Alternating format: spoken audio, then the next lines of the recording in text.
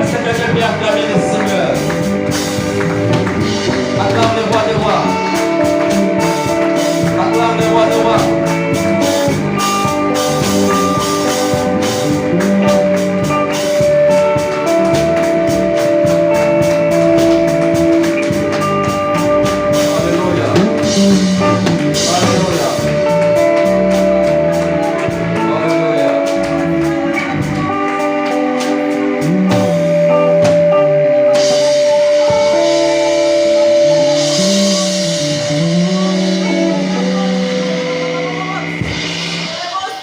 Le Saint-Esprit, la puissance des dieux, les dieux de toute puissance,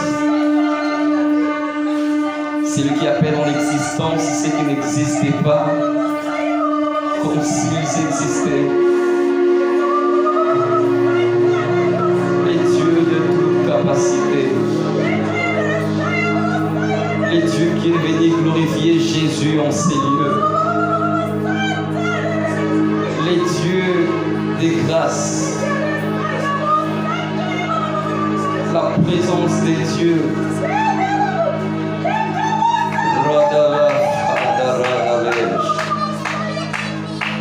Ah oui, Seigneur. Nous t'aimons comme ça. Nous aimons lorsque tu agites. Nous aimons lorsque tu étends ta main. Nous aimons lorsque tu parles. Est-ce que quelqu'un peut apprécier le Saint-Esprit par ses acclamations? Nous te saluons, Saint-Esprit. Par nos acclamations, nous les faisons. Si tu étais un humain, on te serrerait la main. Mais parce que tu es divin, nous t'acclamons. En esprit, nous sommes par la chair, nous sommes en train d'acclamer. Mais en esprit, nous sommes en train de te saluer. Par la chair, nous sommes en train d'acclamer. Mais en esprit, nous te saluons. Parce qu'en esprit, on salue le roi avec des mains. Et les deux mains jointes. Alléluia. Il est merveilleux, c'est Dieu. Il est très merveilleux. C'est lui le consolateur. C'est lui le grand chef. J'aime cette soirée. La semaine passée, pendant que je dormais, l'Esprit de Dieu m'a montré quelque chose. C'est comme si j'étais poursuivi par beaucoup de gens. Pendant que je courais, j'ai croisé une bande de prostituées. C'était des femmes prostituées. Alors lorsque je les ai vues, les gens qui me poursuivaient ont traîné quelque part. Lorsque je me suis retrouvé dans la bande de ces filles, directement j'ai commencé à chanter. Avant de chanter, qu'est-ce que j'avais dit? Je disais ceci à ceux qui me poursuivaient. C'est ici mon monde. Le monde de l'adoration. Alors pendant que j'ai chanté, je vis ces prostituées tomber. Elles commençaient à se repentir. Ils ont reçu Jésus-Christ. Et du coup, je vis les baptêmes du Saint-Esprit. Lorsque je me suis réveillé, l'Esprit de Dieu me disait, c'est ça ton monde. L'adoration. Est-ce que quelqu'un peut acclamer les dieux du ciel? Grandez ma joie. Parce que je me retrouve en ce soir devant vous. Je bénis le Seigneur pour tout ce qu'il a fait et pour tout ce qu'il fera. Je dois dire merci à mon Père spirituel pour cette marque de confiance, pour m'avoir cédé cette chair. Ce qui n'est pas une coutume pour beaucoup des hommes de Dieu. Mais ce soir, j'ai ces privilèges. Mais au-delà de ces privilèges, c'est pour moi une responsabilité de faire bien les choses. Que Dieu vous bénisse, papa. Je l'ai dit tout humblement. Parce que votre Dieu est en train de faire beaucoup de choses dans ma vie. Et le devoir pour moi, c'est de vous être toujours reconnaissant. Je dois aussi faire un coucou à mes collègues. Que Dieu bénisse le pasteur Cephas qui n'est pas là. Le pasteur Jean-C qui est là présent. L'évangéliste Michel. Les futurs pasteurs de grâce. Et que Dieu bénisse tout le monde qui est là. Acclamez les Seigneurs si vous l'avez accueilli. En ce soir, nous allons partager une pensée. Mais j'aime cette pensée. C'est une pensée que l'Éternel m'avait inspirée il y a cela à peu près 2-3 mois. Ça m'avait personnellement béni. Et je crois qu'en ce soir, l'Éternel va bénir aussi. La seule condition pour être béni par ces messages, c'est juste d'être concentré. Dans mon système, j'aime pas trop conditionner les gens à une attitude pendant la prédication. J'aime ceux qui sont libres d'esprit. C'est-à-dire, pendant la prédication, tout ce que l'Esprit de Dieu peut t'inspirer à faire, tu peux le faire. Je voudrais dire quelque chose à quelqu'un. Nous n'avons pas tous l'opportunité ou la grâce d'être des prophètes.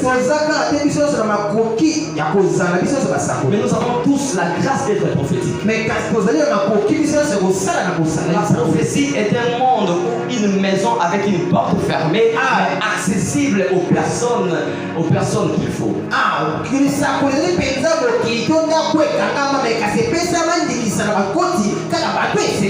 Mais le prophétique est un monde qui a une porte qui n'a pas de porte.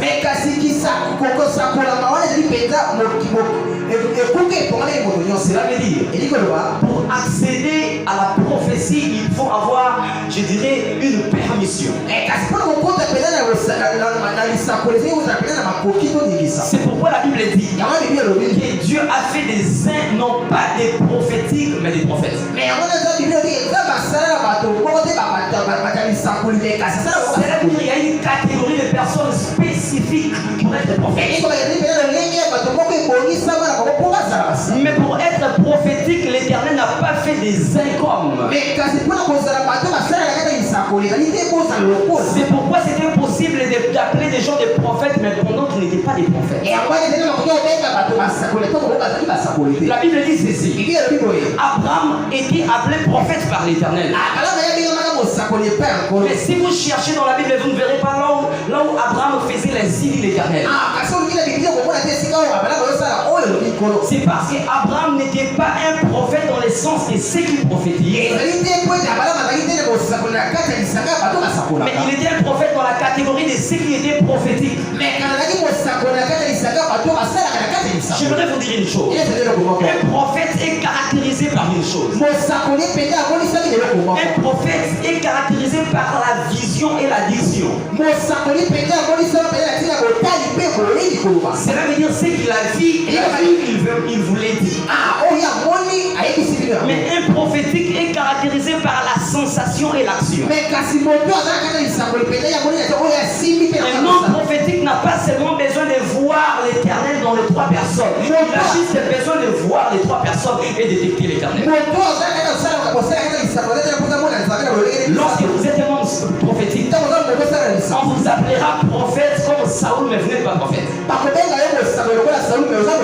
On vous appellera prophète comme la femme à la perte des sangs. C'est-à-dire, vous sentirez l'envie de faire et vous ferez. C'est comme cette femme-là. Elle s'est dit en elle-même, ce n'était pas une inspiration. Si je puis toucher, elle a senti et elle a agi. Et en esprit, elle était parmi les prophètes. J'aime ce qu'on va apprendre ce soir. C'est une soirée prophétique. Non pas des signes prophétisent, mais ceux qui sont prophétiques.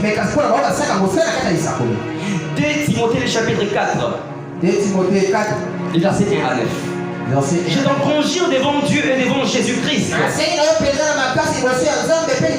qui va juger les vivants et les morts,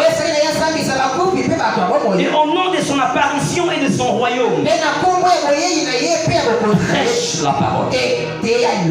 Prêche la parole. Je suis venu dire aux enfants des dieux ce soir, prêchons la parole. Insiste en toute occasion favorablement. Réponds, censure, exhorte avec toute douceur et en instruisant. Car il viendra un temps où les hommes ne supporteront pas la saine doctrine, mais ayant la démangeaison d'entendre des choses agréables, ils se donneront une foule de docteurs selon leur propre désir, et tourneront l'oreille de la vérité et se tourneront vers les fables. Mais toi, sois sobre en toutes choses, supporte les souffrances. Supporte les souffrances. En ce soir, je suis venu dire à un enfant d'État, supporte les souffrances. Qu'est-ce que j'ai remarqué? Après qu'on a donné la permission de prêcher, on a ajouté la souffrance. Cette souffrance était dans le fait d'être maintenu ou de se maintenir dans la parole de Dieu.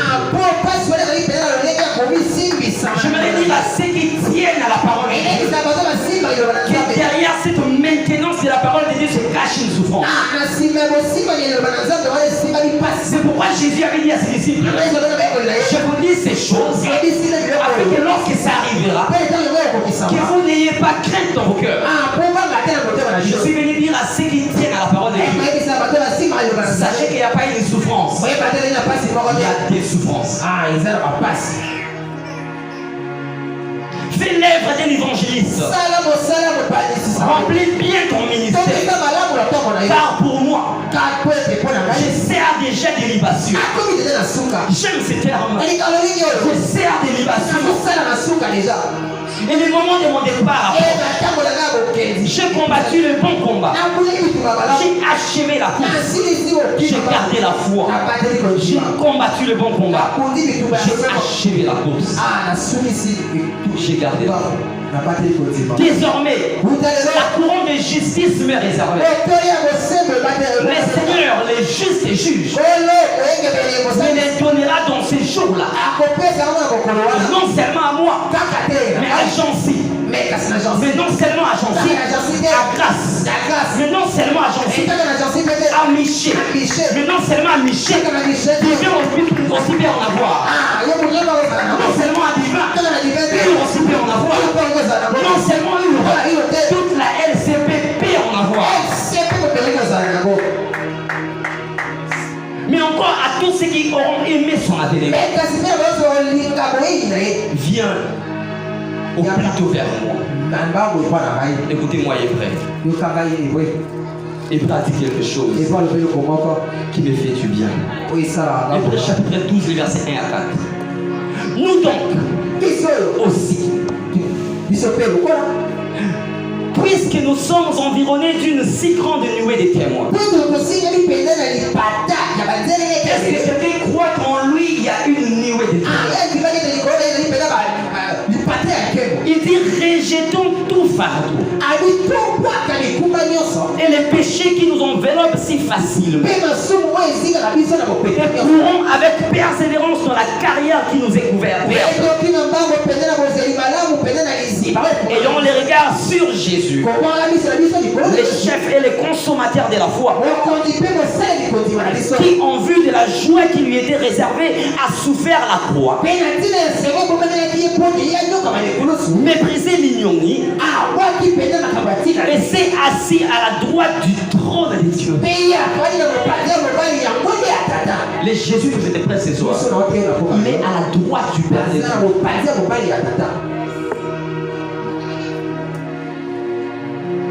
Vous savez quoi? J'aime les termes ce soir. Il est intitulé Une si grande nuée de témoins. Une si grande nuée de témoins. En ce soir, je ne suis pas vraiment venu comme un enseignant, mais je suis venu comme un motivateur. Tu veux dire à une personne qui est dans l'œuvre de Dieu que c'est le temps pour toi de réveiller les lions qui sommeillent en toi. Écoutez-moi s'il vous plaît. Les hommes auront difficile à croire en toi. Mais il est temps pour toi de réveiller ces messieurs-là et même cette dame-là. C'est quoi la nuée? La nuée, on appelle ça aussi un nuage étendu. Il est épais et sombre. Mais on l'utilise surtout au pluriel pour désigner les nuages qui s'accumulent au ciel. C'est pourquoi on parle souvent des nuées. On parle des nuées. L'ensemble des nuages. Une nuée qui crée des nuées.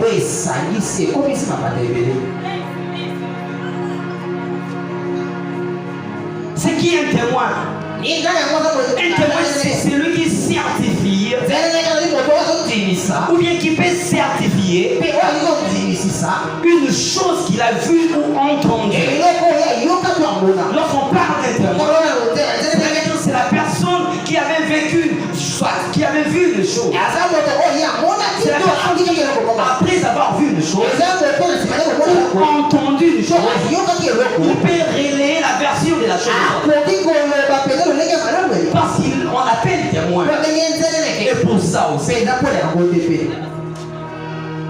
Bien-aimés très chers, je vais vous dire 3 vérités sur la nuée. Vous savez quoi? Vous allez retenir ces 3 vérités. Ça va nous servir à la fin. Je vous prie s'il vous plaît. Retenez ces 3 vérités. C'est très important. La première vérité, la nuée, je parlerai des nuées, sont les amas de vapeur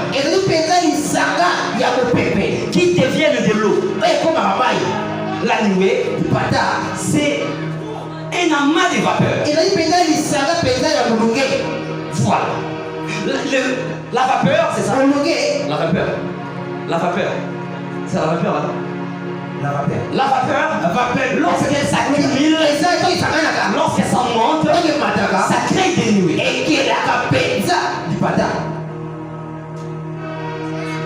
Mais qu'est-ce qui m'étonne? La vapeur qui était montée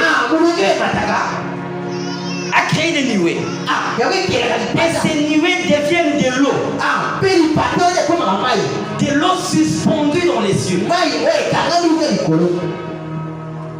Retenez ça s'il vous plaît. La 10e vérité. Les nuées ont les couleurs variantes. Elle a une couleur initiale. Après des temps, la nuée change de couleur. Elle change de couleur. Elle varie du noir ardoise au blanc pur. La nuée commence par avoir la couleur noire ardoise. Lorsque vous regardez la nuée dans son commencement, elle a d'abord la couleur noire ardoise. Mais au fil du temps, elle devient blanche pure. Tout en étant suspendue dans les heures. Écoutez s'il vous plaît. On n'appelle jamais une vapeur nuée sans toutefois qu'elle puisse monter là-bas. Donc la vapeur sera dans la terre ou sur la terre, elle sera appelée vapeur. Elle aura l'identité de la nuée que lorsqu'elle quittera la terre. Pour monter. La 3e vérité. Les nuées sont un déterni des cycles qui poursuivent sans cesse la terre.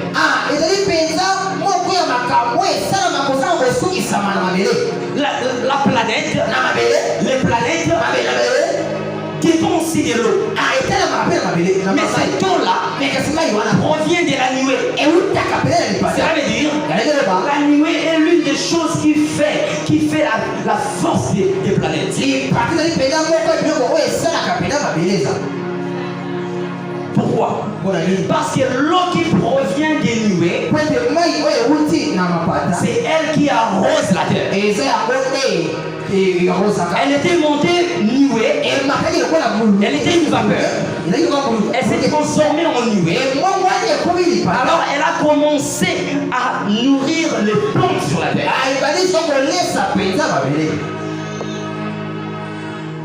Je vais vous dire 3 vérités sur les mots témoins. Premièrement, lorsque la Bible parlait des témoins, la Bible parlait des témoins dans 4 types ou plus même. Il y avait vraiment 4 types de témoins ou plus. Le premier type de témoins, c'est ce que j'appelle les témoins inanimés. On les appelle des témoins inanimés. Cela veut dire des choses. Il y avait des choses qui étaient des témoins. Il y avait des choses qui servaient d'indices ou de preuves, avec lesquelles on s'est servi pour démontrer qu'il y avait une telle chose ou telle qui s'était faite. Alors pour ces catégories de témoins, il y avait premièrement en Israël ce qu'on appelait les monuments. Les monuments étaient un témoin inanimé. Aujourd'hui, lorsque vous allez en Israël, vous verrez des monuments. Alors si vous entrez dans l'histoire, on vous dira que voilà, c'était un tel événement qui s'est passé. C'est pourquoi on avait sémé, on avait construit ou érigé ces monuments. C'est pourquoi dans le livre de Genèse, le chapitre 31, les versets 43 à 45, là c'est Jacob qui parlait avec son beau-père. Il dit à son beau-père, pendant que son beau-père les poursuivait, Jacob dit à Jacob, rassure-moi que mes enfants seront en sécurité. Jacob lui dit, je te certifie que tes enfants seront en sécurité. Mais pour prendre un témoin, nous allons ériger un monument. Après avoir érigé ce monument, ils se séparèrent. Et ce monument-là, on l'appelle, on l'a donné un nom. Et ça sert de témoin. Cela veut dire, les jours où les enfants de Laban seront en insécurité, Laban pourrait venir où il pouvait venir auprès de Jacob pour lui dire que n'est-ce pas, il y avait une preuve de la sécurité. Je vais ouvrir une brèche ici. Très cher bien-aimé, il y a des choses matérielles qui sont un témoin de ta survie auprès de Dieu. Il y a peut-être une offrande que tu avais donnée qui témoigne à l'Éternel que tu dois faire ceci pour ça. Le problème avec nous, nous négligeons les témoignages inanimés. Je vais vous dire la fausse vérité. Les personnes qui avaient donné les tôles, c'est déjà un témoignage pour eux. La personne qui avait acheté cette chair, pendant que le roi avait perdu son serviteur, les hommes de la ville dirent à Pierre, cet homme-là mérite que tu fasses ce qu'il veut. Pourquoi? Parce que parmi les bienfaits, nous pouvons te démontrer les témoins inanimés. Il a bâti notre synagogue. Lorsque Dorcas était mort, les veuves avaient présenté des témoins inanimés. Ils ont pu dire à Pierre, voilà les témoins inanimés. La chose que tu donnes à Dieu devient un témoin inanimé auprès de Dieu. Ici, je ne parle pas de Romains 12, 1. Romains 12, 1 parle du sacrifice qui est le corps. Ici, je parle de la chose. C'est pourquoi ayons l'habitude de donner à Dieu des choses matérielles. Ça a une importance très capital. Si tu crois en cela, tu acclames Dieu.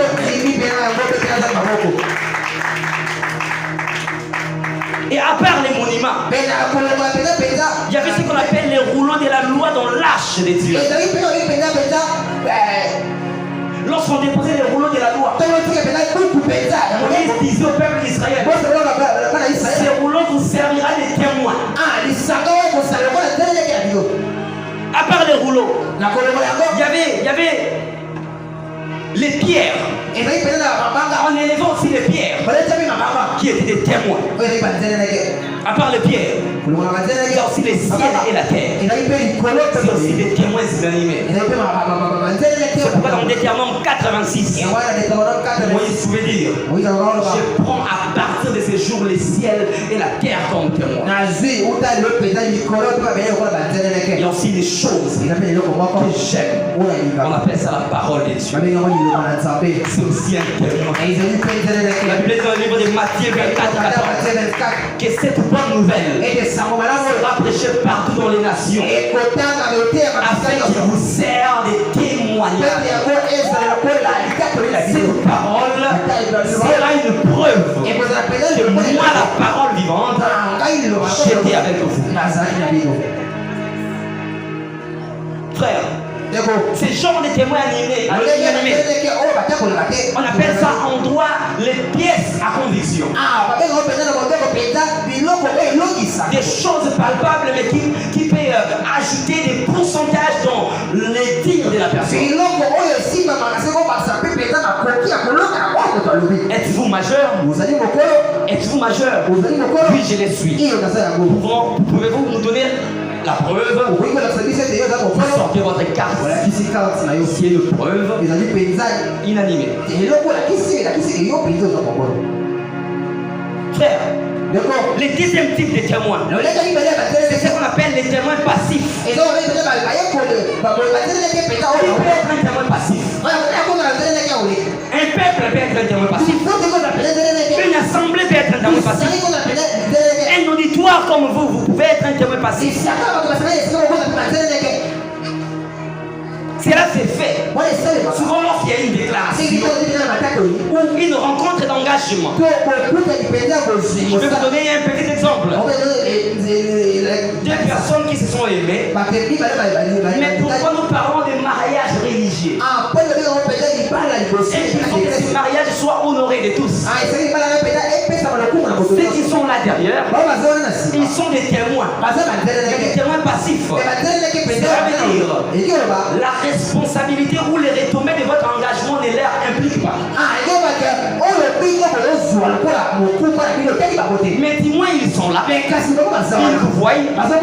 Ils écoutent vos déclarations.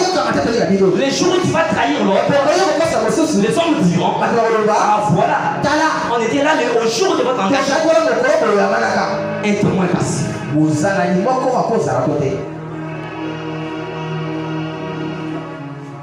C'est pourquoi dans Josué, le chapitre 24, le verset 32, Josué dit au peuple d'Israël, vous êtes aujourd'hui témoins contre vous-même. Cela veut dire, les jours où vous allez faire des bêtises, votre conscience à vous-même va vous rappeler que vous avez accepté cet engagement. Dans les témoins passifs, le peuple peut être un témoin passif. Mais le premier, le majeur témoin passif, c'est l'homme lui-même. D'ailleurs, le vrai chrétien a sa conscience pour témoin. Et la conscience est un témoin passif. Parce que lorsque tu déroges une fois, elle n'agit pas. Elle ne fait que te rappeler. La troisième catégorie de témoins, c'est ce qu'on appelle les témoins juridiques. Oui, les témoins juridiques. Ces témoins étaient mis sous serment en présence de l'Éternel représenté par ses serviteurs. Ils étaient des témoins qui juraient avant qu'ils ne prêtent serment avant qu'il témoigne, il prête serment. C'est comme ce qui se fait aujourd'hui. Je jure de dire la vérité. Rien que la vérité. Mais dans l'ancien temps, c'était au devant des hommes de Dieu. Qui représentait Dieu. Vous allez les trouver dans Lévitique, le chapitre 5. Le verset 1. La Bible dit ceci. Un témoin qui dira des choses fausses sur la terre. Pendant que je méditais ici, l'Esprit de l'Éternel me dit, insiste sur ça. Il y a des gens qui sont doués au faux témoignage. Lui, son travail, c'est d'aller témoigner de mauvaises choses. Moi, je me demande, qu'est-ce que j'aurais en allant propager la mauvaise nouvelle de mon frère? Je suis un témoin. Mais pourquoi je suis donné le travail de parler au détriment de mon frère? Il y a des ceux qui sont plus malins. Au lieu d'être un témoin, il fait ce que les juristes appellent la subordination des témoins. C'est à dire, il ne témoigne pas, mais il intoxique l'autre d'aller témoigner en mal. Ceux qui font cela iront en enfer. Parce que l'enfer, c'est la place de ceux qui font des antivaleurs spirituelles, c'est ce qu'on appelle péché. Si tu pars témoigner de mauvaises choses, il y a une manière de sauver nos frères. Il a bien sûr fauté. Mais pourquoi tu pars témoigner en mal? C'est ça qui nous détruit. Et la Bible dit, celui qui fera une fausse déclaration, c'est lui qui va peser, c'est lui qui va vivre le poids de ce qui allait incomber sur la personne. Très chers frères et sœurs, même si tu seras animé par les goûts de la nourriture, ne dis jamais du mal, ne témoigne jamais du mal contre ton frère. L'Éternel n'aime pas ça. Il n'aime pas ça. Ces témoins étaient dangereux parce qu'ils avaient la décision de vie des hommes entre leurs mains. Un témoin juridique à l'époque là n'était pas comme aujourd'hui. On exécutait les hommes sur base des témoignages. Si aujourd'hui les juges donnent les verdicts par rapport à leur intime conviction, à l'ancienne alliance, c'était par la conviction dans ce que les témoins disaient. Frère, permettez-moi de voler. Le quatrième type de témoins, c'est ce que j'appelle les témoins de Christ. Toi et moi, nous sommes des témoins de Christ. En ce soir, je suis en train de témoigner Jésus. En ce soir, je suis venu dire à quelqu'un, il y a quelque chose sur moi. Cette chose-là, c'est la puissance du Saint-Esprit. C'est l'onction de Dieu. Esaïe dit, l'Esprit de l'Éternel est sur moi, car l'Éternel m'a oint pour proclamer les bonnes nouvelles aux malheureux. C'est lui qui proclame les bonnes nouvelles aux malheureux. On l'appelle témoin du Christ. Lorsque tu amènes un message de paix, lorsque tu fortifies celui qui commençait à succomber, lorsque tu dis à celui qui vit les désamours de Dieu, celui qui vit le malheur dans sa vie, tu lui dis juste que Dieu te bénisse, Dieu t'aime, sache que tu es un témoin de Christ, parce que tu as ramené Christ là où il est. Tu as dit à ces frères là que la croix était aussi pour toi. C'est pourquoi je suis en train de prier l'Éternel maintenant qu'il bénisse l'évangéliste Nico, parce que tu es en train d'amener Christ là où il n'est pas. Tu es en train de dire aux hommes que Christ existe aussi. La Bible dit, ils sont beaux le pied de celui qui annonce la bonne nouvelle. Il n'est pas beau le pied de celui qui part propager de mauvaises nouvelles. Ils sont beaux les pieds d'un témoin de Christ, de celui qui témoigne de Christ. C'est pourquoi, lorsque Christ te fait du bien, n'hésite pas de témoigner. Il y a peut-être quelqu'un dans les coulisses qui manque de la chose que tu manques là. Écoutez-moi s'il vous plaît. Il peut entendre ça. Croire que si aujourd'hui l'Éternel est chez mon voisin,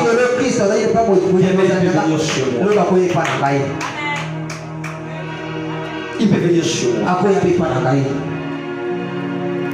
C'est pourquoi Luc pouvait dire ceci. Dans l'ancien temps, moi je n'étais pas avec Christ. Je n'étais pas. Mais auprès de Christ, il y avait ceux qui vivaient des expériences avec lui. Qu'est-ce que je fais? Je voulais parler de Christ. Mais en ma manière. Qu'est-ce que je fais? Je suis allé consulter ceux qui étaient auprès de Christ. Ils m'ont témoigné Christ. C'est pourquoi moi si je pars témoigner. C'est pourquoi mon père avait dit quelque chose. Dans la politique de Dieu, il ne travaille pas dans la logique de l'avarice, de l'égoïsme. Ce qui égocentrise Dieu, ce sont des hommes qui ne comprennent pas Dieu. Lorsque tu connais Christ et que tu as vécu Christ, tu vas les dire aux autres. Frères et sœurs, il y a une chose que j'aime dans ces premiers points. Lorsque je lève mes yeux au ciel, c'est ça les premiers sujets. Lorsque je lève mes yeux au ciel, surtout dans mes moments de supplice, lorsque je souffre et que je lève les yeux au ciel, lorsque tu manques de quelque chose, lorsque tu souffres injustement et tu lèves tes yeux, qu'est-ce que tu vois? Parce que le réflexe de tout enfant de Dieu, dans tous les moments de la vie, c'est lever les yeux au ciel. Mais lorsque je lève les yeux au ciel, qu'est-ce que je vois? Frère, on a tous les mêmes yeux, mais on n'a pas la capacité de voir de la même façon. Quand je lève mes yeux au ciel, moi je peux voir les étoiles. Mais peut-être toi tu vois la lune, et l'autre voit le soleil. Lorsque je lève mes yeux au ciel,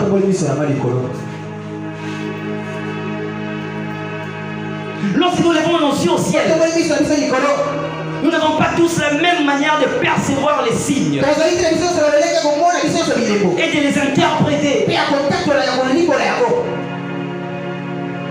Tu peux voir quelque chose, mais ce qui te freine, c'est l'interprétation de la chose qui est là. Vous allez comprendre là où je parle. Un jour, Élie était sur la montagne. Il priait. Mais il dit à les serviteurs. Pas de l'autre côté là-bas de la mer. Regarde. Il vient me dire ce que tu vois. Les serviteurs est allé après 6 fois. Il ne voyait rien. Vous savez quoi? À la 7e fois, il a vu une nuée sous forme de la pomme de lin. La nuée n'était pas venue à la 7e fois. Était depuis la première fois qu'il était monté. Mais il n'avait pas exercé sa manière de voir. En ce qui concerne la vision spirituelle, on n'a pas seulement besoin d'exercer la manière de voir, mais on a aussi besoin d'exercer la manière de voir et d'interpréter ce qu'on a vu.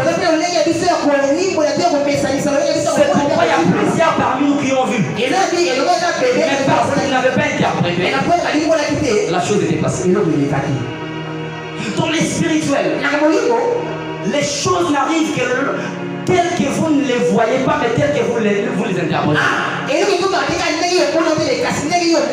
Dieu peut te montrer le buisson ardent, mais il ne t'enverra pas dans le buisson ardent. Il te dit que ce buisson ardent, c'est Israël qui est en train de brûler dans la souffrance.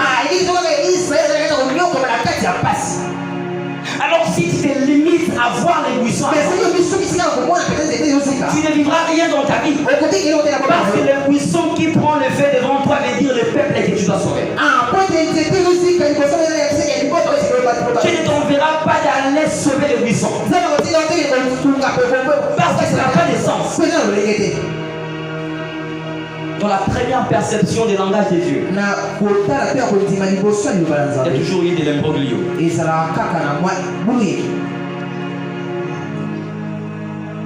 Dans Genèse chapitre 1 et verset 14, l'Éternel dit: je fais les grandes lumières pour présider la nuit, et les petits pour présider les jours. Ils seront ainsi. Ah bon? Donc quand je vois les ciels et que je vois la lune, je ne dois pas me limiter à les voir. Mais qu'est-ce que l'Éternel a voulu me dire par rapport à cet homme? Lorsque je lève les yeux, qu'est-ce que je vois? C'est pourquoi on peut tous voir les soleils. Mais quelque part, il y a un Zacharie qui voit les entrailles du soleil.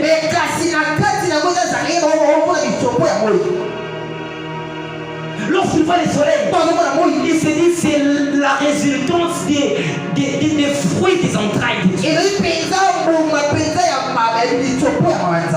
Mais les autres citoyens, vous pouvez dire que c'est un soleil naturel. Mais dans la chambre des Zacharie, il dit grâce aux entrailles de la miséricorde de Dieu, en vertu de laquelle les soleils ne vont nous visiter. Lorsque je lève les yeux, qu'est-ce que je vois? Je suis venu dire à quelqu'un, dans les ciels de ta vie, il y a des luminaires. Et ces luminaires ne sont pas des luminaires. Ça part. Que quelqu'un lève les yeux sur les ciels de sa vie. Comment tu comprends les signes? La plupart des fois, lorsque les hommes étaient confrontés à des difficultés, Dieu leur a inspiré de lever les yeux au ciel. Moi je me demande, mais pourquoi il fallait seulement lever les yeux? Pourquoi il fallait lever les yeux? En ce soir, je suis venu dire à quelqu'un qui est dans une difficulté, lève tes yeux. Arrête de regarder aux alentours. Ce n'est pas là qu'il se trouve la solution. C'est pourquoi le psaume 121, David pouvait dire, dans ma détresse, je lève les yeux vers les montagnes. D'où me viendra le secours? Il n'a pas dit que le secours me viendra de la montagne. Le secours me vient de l'Éternel. L'Éternel est lorsqu'il là où on lève les yeux. Là, lorsque vous priez, dites notre Père qui n'est pas sur les montagnes, qui est dans les cieux. Alors si tu veux prier, lève tes yeux.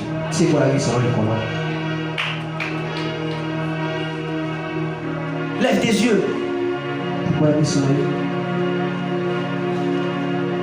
Pourquoi il faut lever les yeux? Parce que la solution, c'est lorsqu'on lève les choses. L'exaucement commence par l'élévation. Comme Moïse éleva les serpents des reins dans les airs. C'est de la même manière que le Fils de l'homme doit être élevé. Afin que quiconque regarde au ciel. Pour regarder au ciel, il faut lever les yeux. Dans les difficultés, Dieu veut ramener tes yeux vers les cieux.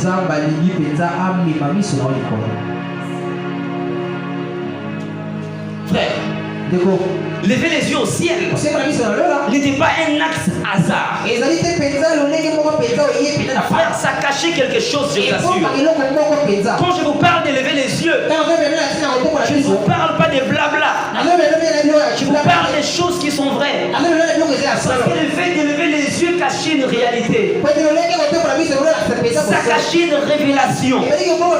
Écoutez-moi un peu Genèse 28. Les versets 11 à 12. Verset 11 à 12. Il arriva dans un lieu où il passa la nuit. On parle de Jacob. Donc il était en train de fuir. Il fuyait son frère. Jacob se disait, où est-ce que j'aurais du pâturage? Alors pendant son pèlerinage, il est arrivé en un lieu. La Bible dit il passa la nuit. Car le soleil était couché. Il y prit une pierre. Donc il fit son cheveu. Il se coucha dans ces lieux-là. Il y a un songe. Il y a un songe.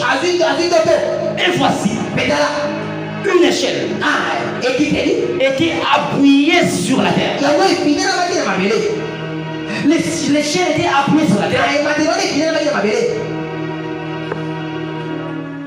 Et son sommet touchait le ciel.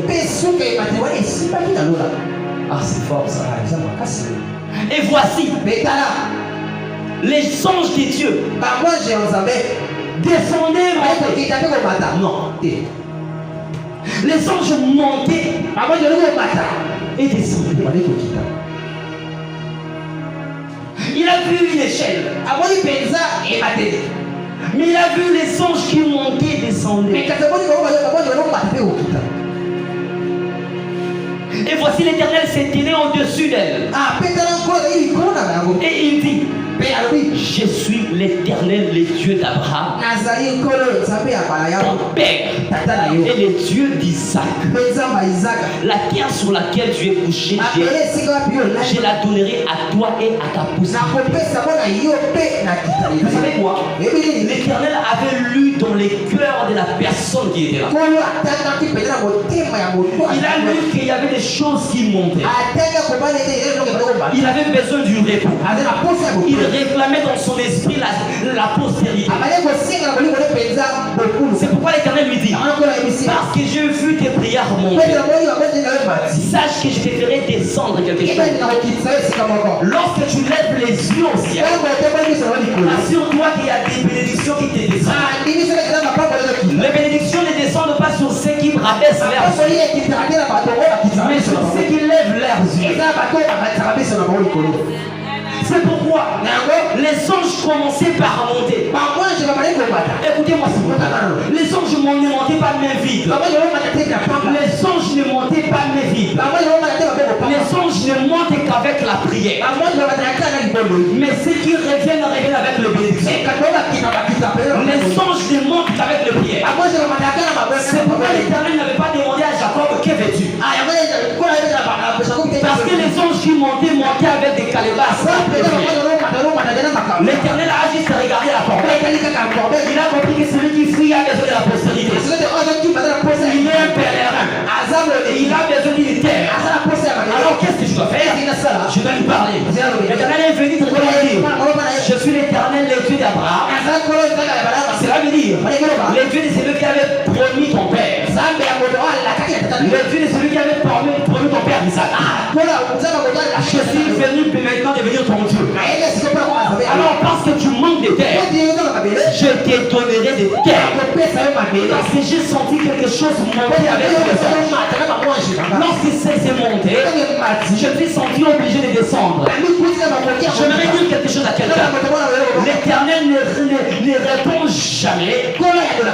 Les anges ne rentrent jamais. Si la corbeille de prière est vide, si l'ange qui était venu chez toi et qui était parti n'est pas revenu, sache que la corbeille de ta prière est vide. C'était vide. Il n'a rien trouvé de spécial. Dans la logique de l'exaucement, la bénédiction ne descend du ciel que si les yeux étaient montés au ciel. Donc 1 Samuel le chapitre 6, la Bible parle d'une femme qui était accablée par les moqueries. Parce qu'elle n'avait pas d'enfant. La Bible dit ceci. Pénina a mortifié. Et chaque année, il en dit ainsi. Elle pleurait. La tête était courbée. Elle n'arrivait pas à prier. Elle n'arrivait pas à faire des choses comme il s'est levé. Mais un jour, elle s'est décidée. Elle s'est dit, je dois enlever mes yeux par terre. Je dois lever mes yeux. C'est pourquoi dans les temples des îles, elle a dit, Éternel, si tu daignes regarder l'affliction de ta servante, et si tu me donnes un enfant mâle, je les consacrerai à toi. L'Éternel a vu les chairs, il a vu les anges monter. Maintenant avec une calebasse remplie de prières. Mais écoute ceci. L'Éternel n'a pas répondu directement. Il a fait quelque chose. Comme ce qu'il avait fait à Jacob. Jacob, tu as fait monter une prière. Je ne vais pas te faire descendre l'exaucement, mais je vais te faire descendre la parole de l'exaucement. Dans leur détresse, ils crièrent à l'Éternel. L'Éternel n'avait pas exaucé. Il avait envoyé l'ustensile qui exauce. Dans le spirituel, tu n'as pas besoin d'argent. Tu as besoin de la parole qui apporte l'argent. Les dieux auprès de qui tu es venu, il ne te donnera pas l'argent. Il te donnera la parole qui donne l'argent. C'est lui qui convainc les cœurs de roi. C'est lui qui détient les cœurs de roi. Il suffit juste que les temps croisent la demande. C'est alors qu'il y a le déclenchement de la parole. C'est pourquoi lorsqu'il a envoyé la parole, c'est un peu comme ce qu'Élisée avait fait à Naaman. Tu n'as pas besoin de la personne. Tu as besoin de la parole qui se fera chair. C'est pourquoi Élie a compris. Il lui dit, rentre chez toi. Que l'Éternel exauce quoi? La prière que tu lui as adressée. Élie le sacrificateur a compris. Ici à Silo, en ces 12h30, il y avait une échelle. Il y avait les anges qui étaient montés avec la prière d'Anne. Alors Anne, je te dis, ils descendront. Mais on va en paix. Parce que les dieux de ton père Abraham t'envoient cette parole. Va en paix. Pourquoi? Tu n'as pas levé les yeux vers Elkana. Tu n'as pas levé les yeux vers Pénina. Non, pas vers les voisins. Tu as levé les yeux vers l'Éternel. C'est lui qui lève ses yeux vers l'Éternel. Il ne connaît jamais d'échec. Jamais d'échec. Je vais insister. Jamais d'échec. Jamais d'échec.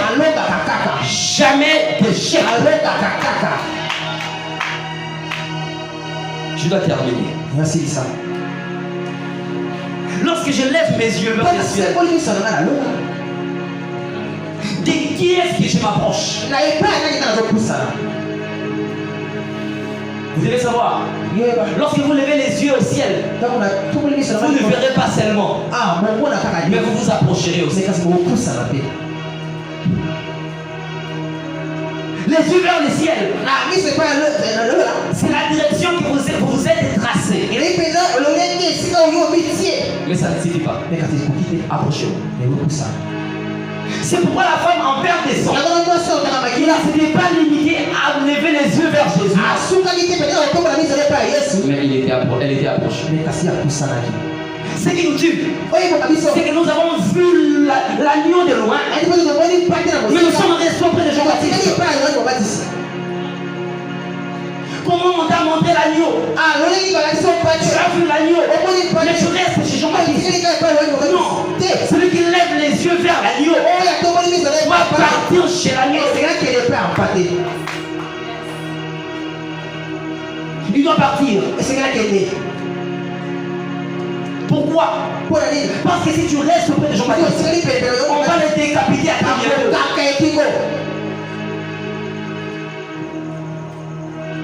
Est-ce que je peux avancer? Lorsque je lève les yeux au ciel, de qui est-ce que je m'approche? C'est mon dernier mois. Et même l'esprit de cet enseignement. Une si grande nuée de témoins. Qu'est-ce que je voulais vous dire ici? Les témoins dans cette perception,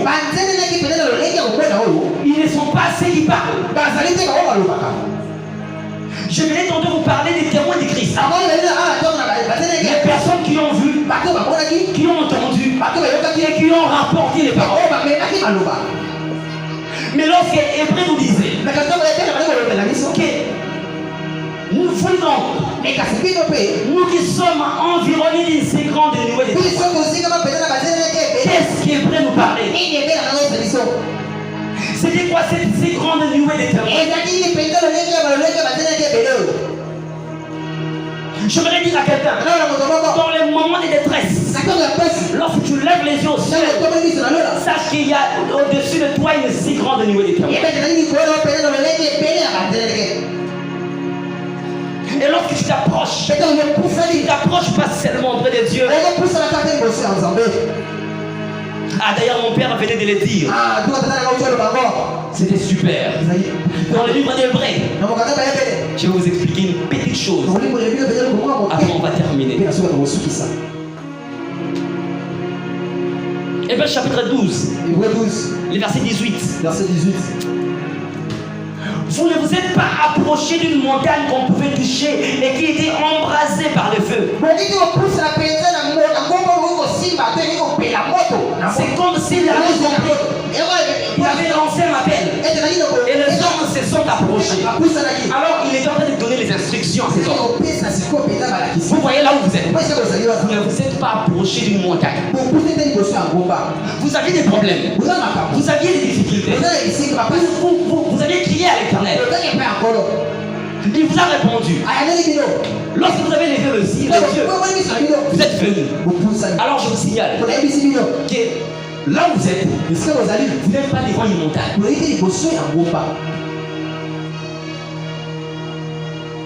Ah, c'est bon ça. Ni de la nuée. Non. Ni des ténèbres, ni de la tempête, ni du retentissement de la trompette, ni du bruit des paroles. Tels que ceux qui l'entendirent demandèrent qu'il ne leur en soit adressé aucune de plus. Écoutez-moi les 22e versets. Mais vous vous êtes approché de la montagne de Sion. Mais comment tu nous avais dit que nous n'étions pas venus auprès d'une montagne? Mais tu me dis ici que nous sommes venus auprès d'une montagne avec Sion. Est-ce que tu nous parles de Sion qui existe en Israël? Non. Parce que Sion pouvait aussi être embrasé par le feu.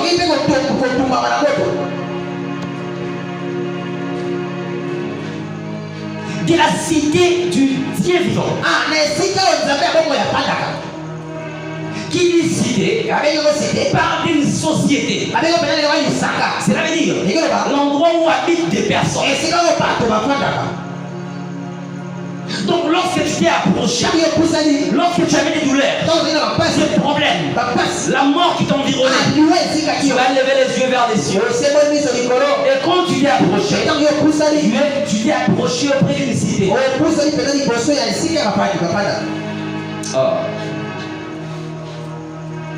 La Jérusalem céleste. Oui. S'il y a une Jérusalem céleste, cela veut dire qu'il y a aussi une montagne de Sion céleste.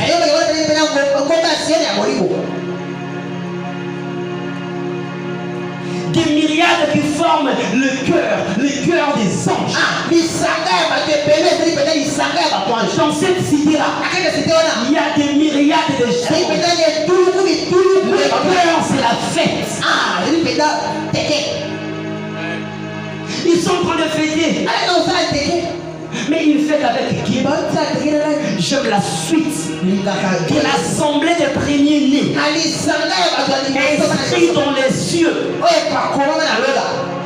Parmi les anges qui font la fête, il y a aussi les premiers-nés qui fêtent avec les anges. Ah, c'est beau. Ils fêtent. Pourquoi ils fêtent? Du juge qui est le Dieu de tous. Des esprits des justes parvenus à la perfection. Les esprits des justes parvenus à la perfection. Ils sont dans cette cité-là. Lorsque tu t'approches, aussi auprès d'eux. Je vais vous dire une vérité. Pourquoi tu t'approches auprès d'eux? Ils sont d'abord qui? Ces gens-là, les premiers-nés, qui sont inscrits dans les livres de vie, qui sont ensemble, en train de fêter avec les autres. Ils sont qui?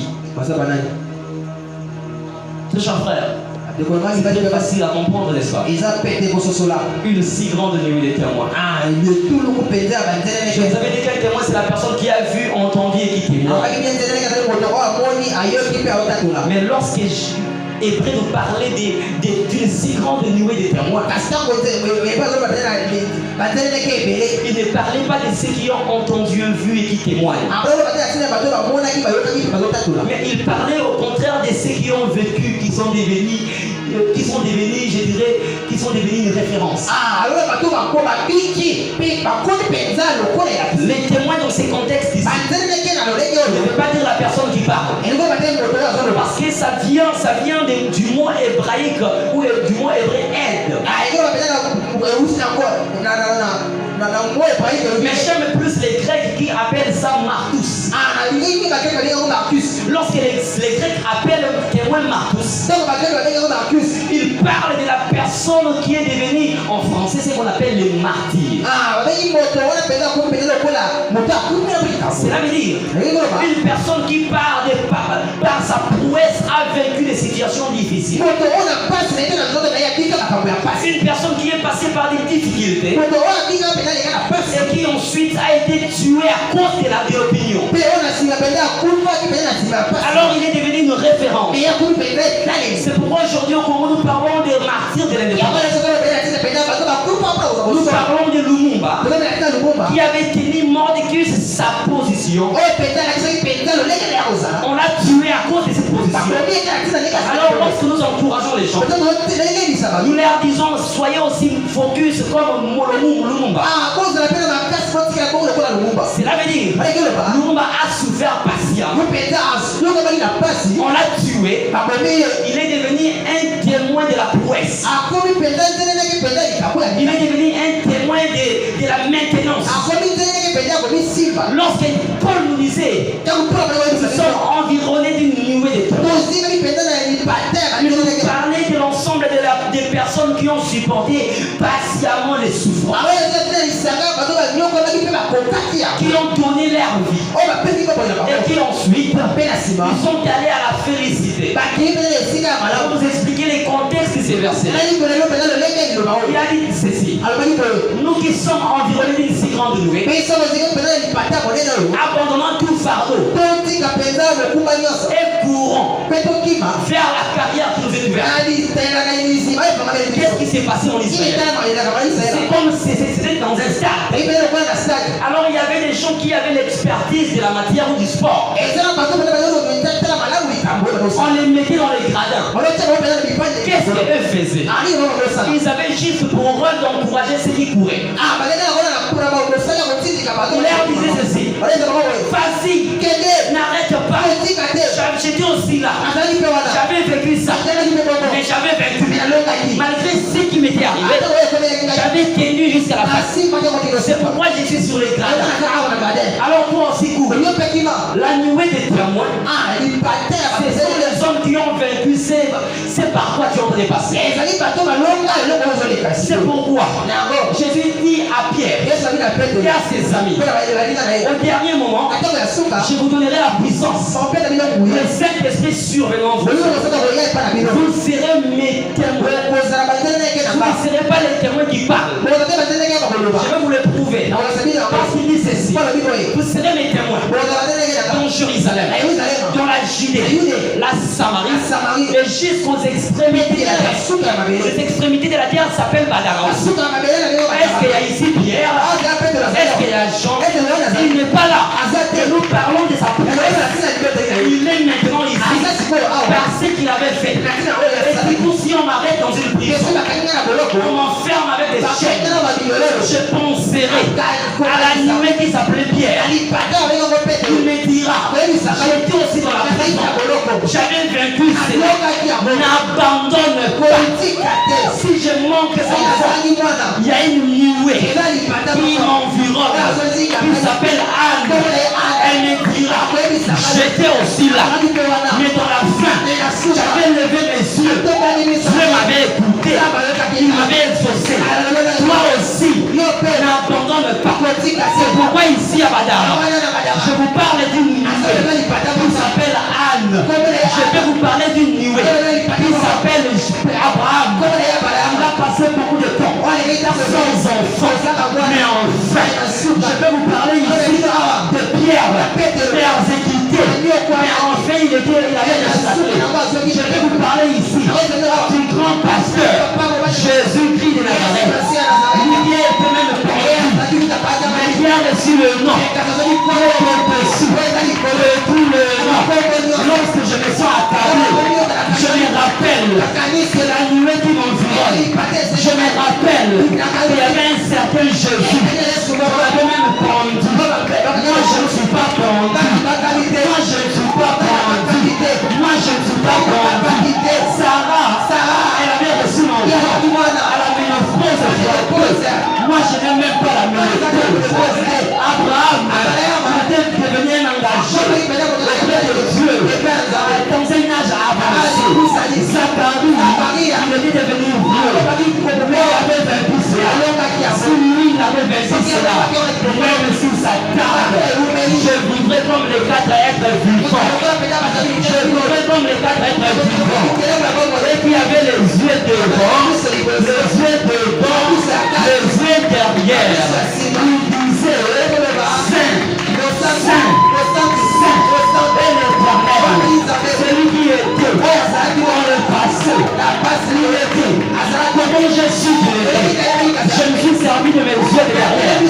Je dis qu'il m'avait parlé des accidents, il m'avait parlé de problèmes, j'avais reçu des maladies, il m'avait parlé. Je me sers de mes yeux de devant. Tu me marques le temps présent. Lorsque je regarde ce que je vis, mes problèmes, mes calamités, mes plaies, je lui dis qu'il est saint parce qu'il ne change pas. Et je me sers de mes yeux de devant. C'est les yeux que j'aime le plus.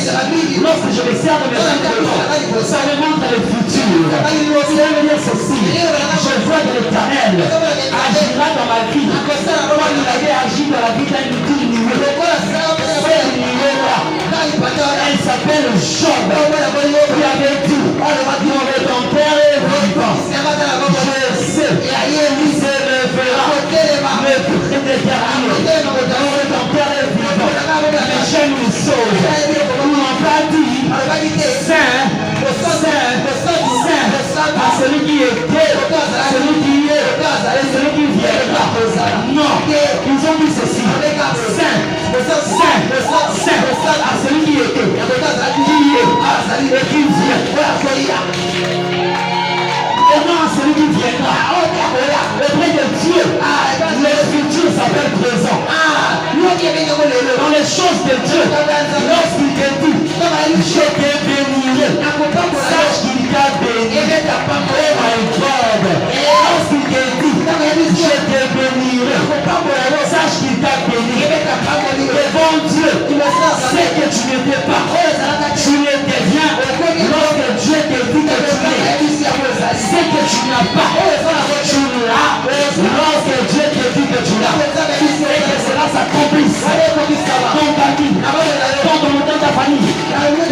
travail, dans ton ministère, dans ton chemin, dans ton mariage.